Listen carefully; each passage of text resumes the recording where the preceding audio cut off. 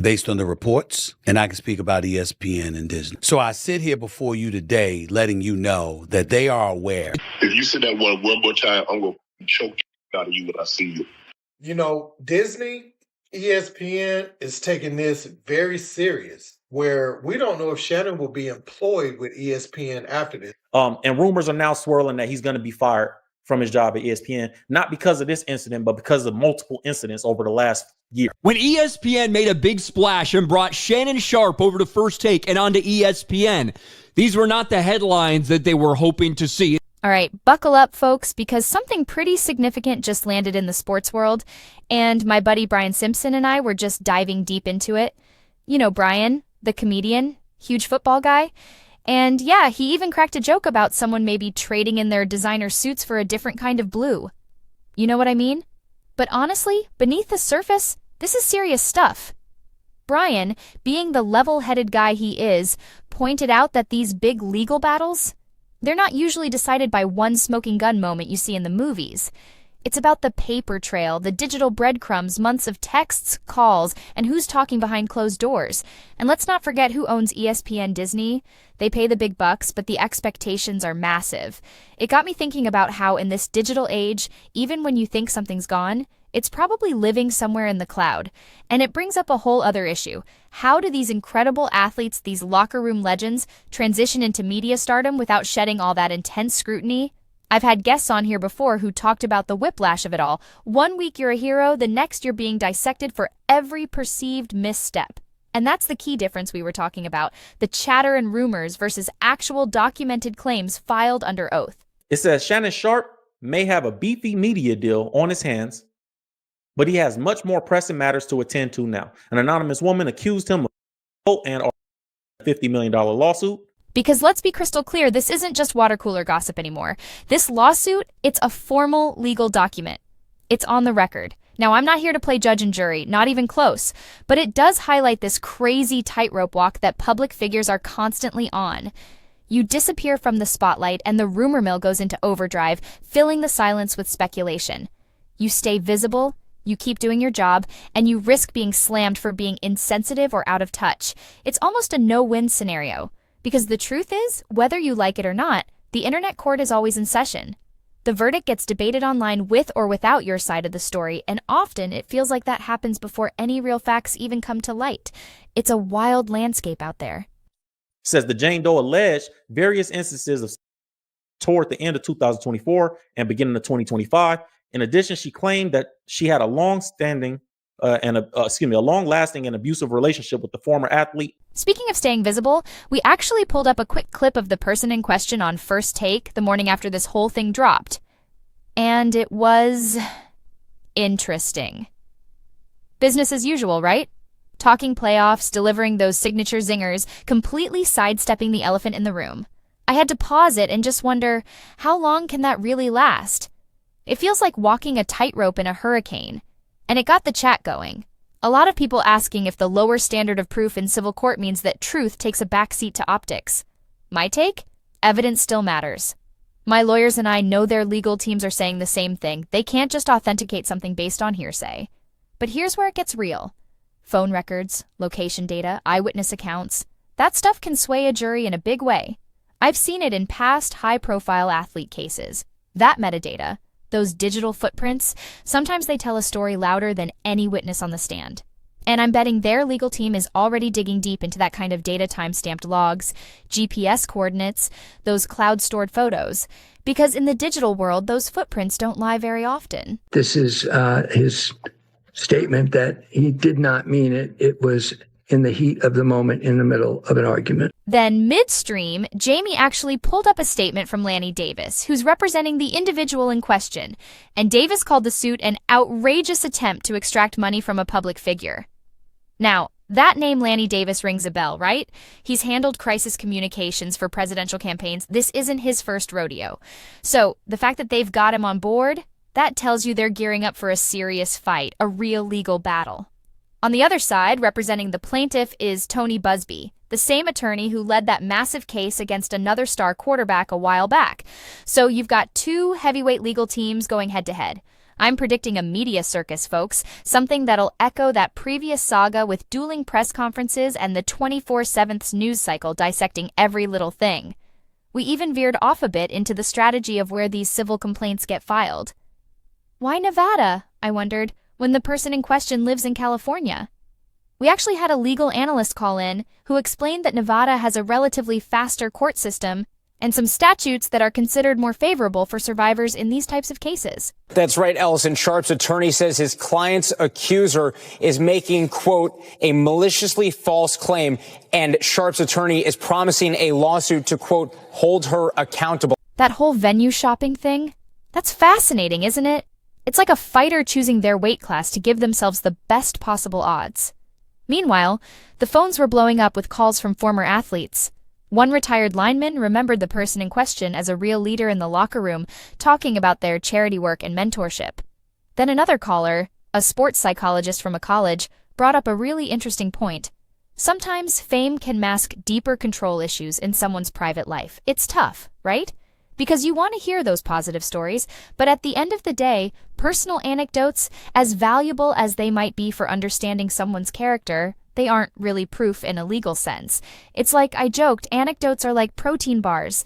They fill you up quick, but they're not a full meal of facts. A couple of hours in, we started looking at the bigger picture, the whole ecosystem built around this individual's brand. We were even estimating their annual income across ESPN, the podcast ads, endorsements. It's easily into the 8 figures, and you realize how much is at stake. A civil verdict, even just some damaging leaks from a deposition, could send that revenue plummeting overnight. If the former football star would proceed with legal action if the accuser were to drop her lawsuit, and Sharpe's attorney says he does not know what Sharpe would do in that scenario, but says his recommendation would be to move forward with legal action. Because think about it, most of these big sponsorship deals have morality clauses baked right in. Even just pending allegations can give these companies an out. We've seen it before. Companies pause campaigns waiting for clarity, and sometimes they never come back. Around the 3-hour mark, we shifted gears a bit and brought in a trauma expert, Dr. Laura Chen, to talk about the psychological impact of these high-profile claims, not just on the alleged victims, but on the defendants too. She emphasized how these public court battles can re-traumatize everyone involved, dragging intensely private details into a harsh public light they never asked for. And it makes you think about the broader issue, right? Social media thrives on outrage, on taking sides, not necessarily on careful empathy or understanding the complexities. Throughout all of this, the super chat was buzzing with questions. Someone asked if this person could pull a comeback, like other public figures who've weathered similar storms. And yeah, reinvention is possible, but it's usually a long and expensive road. It often hinges on a genuine, transparent apology if wrongdoing is found and demonstrable change. Another viewer wondered if I'd ever have this person on the show for an unfiltered conversation. I mean, I'm always open to different perspectives, but let's be real. Any appearance like that would require a whole team of lawyers to sign off first. I don't do gag order guests. Ultimately, we circled back to media literacy. It's so crucial to remember that a civil complaint is not a criminal indictment. And just because something is trending with a hashtag doesn't make it evidence. Who are being falsely accused to drop their receipts in the most public and aggressive way possible, because if you don't, the PR can deem you guilty before you even get to a court of law. I've seen so many times where those initial explosive narratives just completely fall apart when contradictory information comes to light. That first headline? It's almost never the full story. We need to wait for those discovery documents, those depositions taken under penalty of perjury before we start casting judgment. But I get it. In the real world, brand managers don't usually wait for courtroom clarity. Look at ESPN's history with swift suspensions and other controversies. They're already drawing up contingency plans in case advertisers get nervous. And she says that she alleges that was brutal. Like it was aggressive. They've got backup plans ready. Trust me, a network doesn't risk dead air at 10 a.m. Eastern. As the live stream started to wind down, we touched on this tricky paradox of even discussing these kinds of allegations. Are we amplifying unverified stories? Or are we providing necessary scrutiny when the stakes are this high? I landed on the side of scrutiny being essential. Because when there's silence, that's when narratives can really run wild in the echo chamber of rumors. Now, this woman is alleging that Shannon Sharpe raped her multiple times over the course of a 2-year relationship. The relationship that they had was But with that scrutiny comes a huge responsibility. We need to be careful with our language. Every alleged, every according to court filings, those words matter. And we absolutely have to remember the principle of presumption of innocence. Before we wrapped up, I laid out a bit of a timeline of what to expect. The formal serving of the lawsuit, their official response, any motions to dismiss, and then the whole discovery process with deadlines. We're likely looking at months of legal back and forth, and you can bet every little leak, every filing is going to spark another round of commentary. At that point, she said that they were in a they were in an actual relationship. They were in Vegas together. So when that happened, she had already kind of been, in this thing where he's verbally abusive, allegedly, but she thought that they were together. And to try and cut through some of that noise, I announced that any verified documents that get filed with the court, the real primary source stuff, we're going to upload them to a repository on my website. That way, people can actually read it for themselves instead of just relying on some clipped quote on social media. The episode ended with a pretty sober thought. Fame amplifies everything, money makes the stakes even higher, and our digital culture has this incredible power to speed up judgment. I thanked everyone for tuning in, urged them to really think critically about the difference between speculation and actual evidence as new information comes out. And then, the usual sign-off. But even after the stream ended, that was far from the end of the story. Transcripts and highlight reels started spreading like wildfire across all the platforms. Analysts were dissecting every word, spinning new takes on free speech, cancel culture, and how sports commentary has become this massive business. In a way, my reaction to the news became its own news story, which just shows you the kind of gravitational pull the Rogan ecosystem has in today's discourse. But through all the noise, the core of it remains. Someone is making serious allegations, the other side is denying them, and the legal system is going to have to try and sort it all out. He tells her and threatens her allegedly to say that he will, she ever does that again. But the part of it, she says that she was allegedly anally twice and that it was very, very brutal. Looking back at that episode, it wasn't just about commenting on a lawsuit. It was almost like a live demonstration of how quickly and intensely our public square processes these kinds of controversies.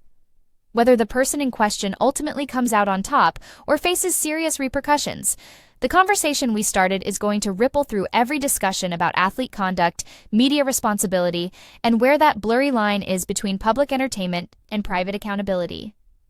In the couple of days that followed, you saw my comments being cited everywhere, from CNN to Variety. Blogs were picking apart my skepticism about this rush to judgment, and tech journalists were highlighting my thoughts on how outrage spreads online. Even the financial news got in on it, noting a slight dip in Disney stock as investors started thinking about potential turbulence at ESPN. Wall Street was debating whether that tiny dip was real concern or just headline fatigue. It's wild to think that in 2025, a podcast can have that kind of impact on the markets. It sparked a renewed interest in how civil lawsuits connect with corporate governance. My offhand mention of key person risk even sent people to Google to learn that publicly traded companies often have to disclose their reliance on major talent. Shareholders were suddenly wondering if ESPN's parent company would have to list this situation as a potential risk factor in their next report. Even professors were using clips in their classrooms, proving how a single podcast episode can go way beyond just entertainment news. Meanwhile, the legal team for the person in question was rolling out a defense strategy that looked eerily familiar to playbooks we'd dissected on the podcast before. Keep statements brief, frame the suit as opportunistic, and try to project confidence by showing up and continuing to work. That seemed to be working until a few days later when leaked excerpts from a private text exchange surfaced, allegedly showing them urging the plaintiff to be quiet about some disagreements. Now, the authenticity wasn't immediately verified, but screenshots spread across social media faster than anyone could debunk them. I even retweeted a thread cautioning against treating every screenshot as gospel, adding a simple line, metadata, or it didn't happen. And that became a bit of a rallying cry for people who are skeptical of everything they see online. Some tech-savvy listeners even started digging into the image files, looking for that hidden data, even though most social platforms strip it out by default. Still, it reinforced the point about looking for real evidence over just viral narratives. A few days later, ESPN sent out an internal memo reminding staff not to comment publicly on any ongoing litigation involving on-air personalities. And of course, That memo leaked within an hour. I even read it on a follow-up stream, just chuckling at the impossibility of controlling information in this day and age. I noted that while corporate silence might seem like guilt to some, companies also have to minimize their legal risk, even if it doesn't look great from a PR perspective. By the 1-week mark, the lawsuit had spawned its own little ecosystem of commentators. You had YouTube channels doing frame-by-frame analyses of facial expressions during TV appearances, independent journalists launching newsletters promising insider info from ESPN, and even data scientists using AI to analyze the sentiment in recent broadcasts, concluding that the usual bravado had dipped noticeably. I even cited one of those studies as an example of how closely people were watching. At the same time, the plaintiff's legal team scheduled a press conference outside the courthouse. I streamed it live, pausing to fact-check some of the claims against the original legal filing. When the attorney said, "We intend to present irrefutable evidence," I made a mental note. That's a bold statement. It could either foreshadow some major revelations or end up being a cautionary tale about overpromising in front of the cameras. The legal chess game intensified when the defense filed a motion to dismiss, arguing that the complaint lacked specific dates for key incidents. I dedicated a whole segment to explaining what a Rule 12b6 motion is in plain language, comparing it to trying to knock down a Jenga tower before anyone can build it too high. I even brought on a constitutional scholar to talk about the possible outcomes, who cautioned that these motions usually only succeed if the allegations are fundamentally flawed on their face. Often, judges will allow plaintiffs to amend their complaints rather than just throw them out entirely. The big takeaway was that legal strategy is a marathon, not a sprint. Throughout the second week, I kept coming back to the mental health aspects, inviting a sports therapist to discuss how this intense scrutiny affects everyone involved. He talked about hypervigilance, constant rumination, and the emotional toll of having strangers dissect your private life online. It made me think about whether we, as a society, need to develop some ethical guidelines for how we participate in these digital spectacles when legal proceedings become like binge-watchable dramas. Then came a strategic curveball. The defense released selective body cam footage from a traffic stop a while back, showing the plaintiff and the person in question interacting calmly just days after one of the alleged heated incidents. I immediately cautioned the audience to consider the context. One relaxed exchange doesn't necessarily negate claims of longer-term coercion, but that clip definitely injected some doubt into public opinion. A real-time poll even showed a noticeable swing in sentiment. It just highlights how volatile public opinion can be when new visuals enter the conversation. As the deadlines for the discovery phase started to approach, there were whispers that both sides might be exploring mediation. I explained the economics of it. Litigation can cost millions and do untold damage to brands, while private settlements often include non-disclosure agreements that allow both sides to claim some kind of victory. We talked about past athlete cases where these confidential agreements ended years of legal battles, but often fueled public debate about transparency. The chat was split, with some calling settlements paid silence and others seeing them as a pragmatic way to navigate an overloaded court system. By the end of the month, the whole narrative had morphed into this reflection of internet culture: the speed, the volatility. My initial podcast had been downloaded, clipped, remixed, and memed into something almost unrecognizable from the original discussion. But the core message remained: rushing to judgment is dangerous, and the truth often takes time to surface. In my final update for the month, I talked about responsibility. If you followed this whole thing, remember that real people are at the center of this, not just headlines. Empathy and skepticism can coexist. Read the primary documents when you can, support a fair legal process, and maybe hold off on those definitive judgments until we see what happens in the courtroom. The camera faded out on a quiet studio, and the outro music started. Behind the scenes, the team was already tagging the episode, scheduling clips, keeping that algorithmic fire burning. And by morning, hundreds of thousands of notifications would be pinging phones, inviting another round of discourse that's part information, part spectacle. Postscript. Not long after that last stream, some stock analysts actually downgraded their short-term revenue projections for ESPN's morning programming, specifically citing the headline risk associated with this unresolved lawsuit. That memo sparked another wave of think pieces about how a civil claim can have these massive ripple effects through entertainment companies and even impact pension funds. I even shared a quick Instagram story about it, summing it up in a few words. Allegations move markets when attention is the world's reserve currency. By lunchtime on the West Coast, social media feeds were flooded with memes comparing sound bites from the debate with courtroom sketches. Some funny, some not so much. I even jumped on Twitter to ask for a bit of decency, reminding people that humor without humanity is just noise. That actually got a surprisingly positive response, and that's where we're at. One lawsuit, one reaction podcast, and a cascade of cultural, financial, and ethical aftershocks. Time will tell how this chapter ends. But for now, all eyes are on that digital coliseum where narratives clash at lightning speed, and my microphone has become this strange combination of spotlight and magnifying glass, highlighting every twist in this ongoing drama.